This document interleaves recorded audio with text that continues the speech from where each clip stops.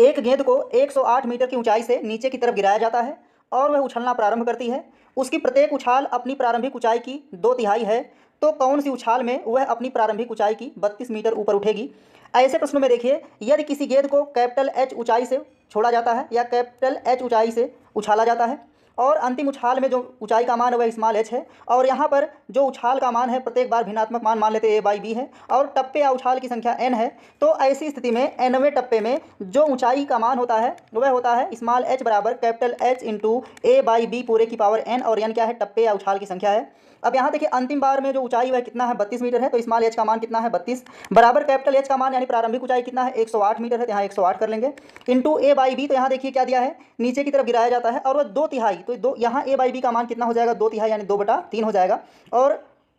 कौन सी उछाल में, तो यहाँ nवें उछाल में मान लेते हैं, यानी आपको n का मान निकालना है। अब यहाँ 108 गुणा कर रहा इधर भाग दे देगा, तो इसका मान हो जाएगा 2/3 की पावर n बराबर हो जाएगा 32 बटा कितना, 108 हो जाएगा, कटा लेंगे तो 4 अट्ठे 32 और 4 दूनी 8, यहाँ पर 2 बचेगा, 4 सत्ते 28। अब यहाँ देखिए यह हो जाएगा 2/3 की पावर n बराबर 8 को लिख सकते हैं 2 की पावर कितना 3, और इसी तरह 27 को भी लिखा जा सकता है 3 की पावर कितना 3 हो जाएगा, या तो आप इसे लिख सकते हैं 2/3 पूरे की पावर n बराबर हो जाएगा, इसे लिखा जा सकता है 2/3 पूरे की पावर कितना 3 हो जाएगा। अब यहाँ बेस समान है तो घातें बराबर होंगी, इसलिए n का मान कितना हो जाएगा 3, इसलिए उछाल की संख्या 3 होगी, अतः यहाँ पर आंसर ऑप्शन बी सही हो जाएगा।